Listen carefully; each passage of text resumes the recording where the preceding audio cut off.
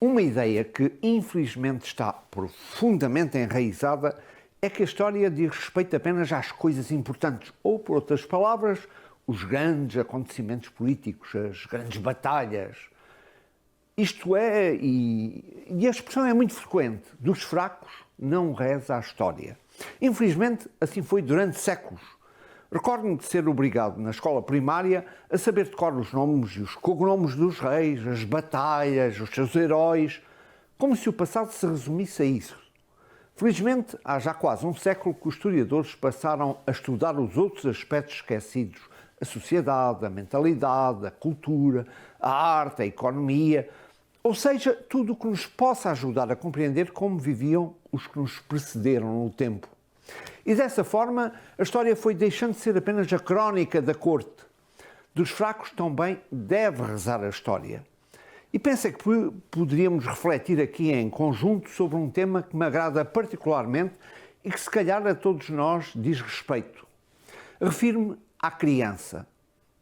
Como é que foi vista a criança no passado? E isto para que possamos tentar compreender a criança dos nossos dias. Houve uma evolução extraordinariamente grande e que tem reflexos em tantos aspectos do nosso cotidiano. Um que se calhar não estaria à espera que eu falasse. A moda. Olha, começo por lhe mostrar esta imagem. Repare como o bebê está vestido, ou melhor, embrulhado, ou para sermos mais precisos, enfaixado. Parece uma múmia egípcia, não acha? Mas por que estará assim? Porque os ossos de um recém-nascido eram considerados macios e maleáveis. Era informe, um bebê que movimenta os seus braços e pernas constantemente, segundo a antiga crença, poderia facilmente danificá-los ou torcê-los. As mães, as amas, as enfermeiras eram então aconselhadas a envolverem, a enfaixarem e atarem os bebés a fim de garantir que todos os seus membros estivessem direitos sem os esmagar. Hoje isto, claro, arrepia-nos e pensamos quantas más formações se terão produzido com esta forma de pensar. Hoje pretende-se que a criança deve ter os movimentos livres, que se deve desenvolver de uma forma assim bem mais saudável. Mas já que falamos em pensar, vejamos outro aspecto. Pensava-se, por exemplo, que durante esta fase o corpo da criança era uma massa informe, sem qualquer forma, e ao mesmo tempo o seu cérebro seria também sem qualquer forma a corrigir, que moldar o espírito da criança. E daí vai surgir a ideia do cérebro como se fosse uma tábua rasa, que nada contém, mas que deverá ser um depósito para receber toda a informação que os pais, os avós, a família, a escola e a sociedade lhe irão inculcar.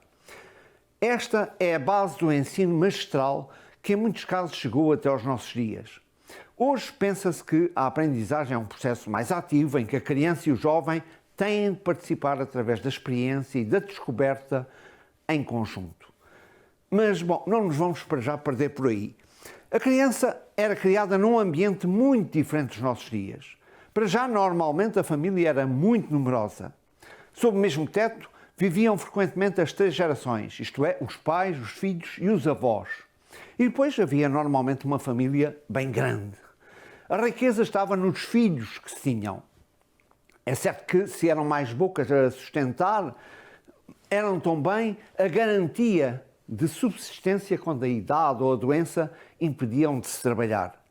Tínhamos consciência que não havia nem reformas, nem assistência social. Portanto, os filhos eram essa garantia. E depois, tanto o Estado como a Igreja fomentavam as famílias numerosas. A mulher normalmente estava em casa, a tal ideia da mulher mãe e dona de casa, e, portanto, poderia dar atenção a uma prole numerosa. Por outro lado, a mortalidade infantil era dramática. Cerca de 25% das crianças morriam antes de fazerem 5 anos e outras 40% antes dos 16 anos. E, claro, já não falo no parto, que também era muito perigoso para as mulheres, fazendo com que uma considerável parcela de mulheres morresse dando à luz.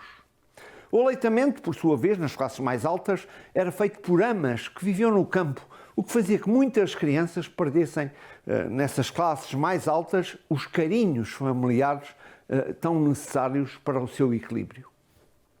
Vejamos agora, uma vez mais, a moda infantil. Repare, eu disse infantil, mas o que está a ver são crianças vestidas como adultos, não é? O conceito de criança, da sua individualidade, era coisa inexistente. São uns homenzinhos e umas mulherzinhas. Ainda hoje utilizamos estas expressões, certo? Estás um homenzinho, vá à porta como uma mulherzinha. Ora, na verdade, não há homenzinhos nem mulherzinhas. Há crianças, há jovens, há adolescentes, mas não há adultos em ponto pequeno. A moda dos homenzinhos e das mulherzinhas do passado, que aqui estamos a ver, traduz bem a mentalidade que existiu durante muitos séculos. Talvez o amigo telespectador esteja a pensar, deixe-me adivinhar, mas hoje temos a criança rei, a criança tirana.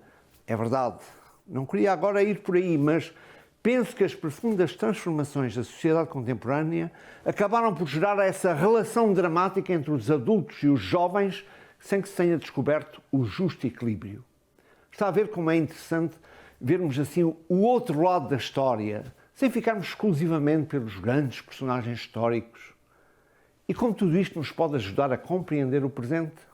Olha, se estiver de acordo, vamos continuar a falar dos mais fracos no nosso próximo Palavra Puxa Palavra.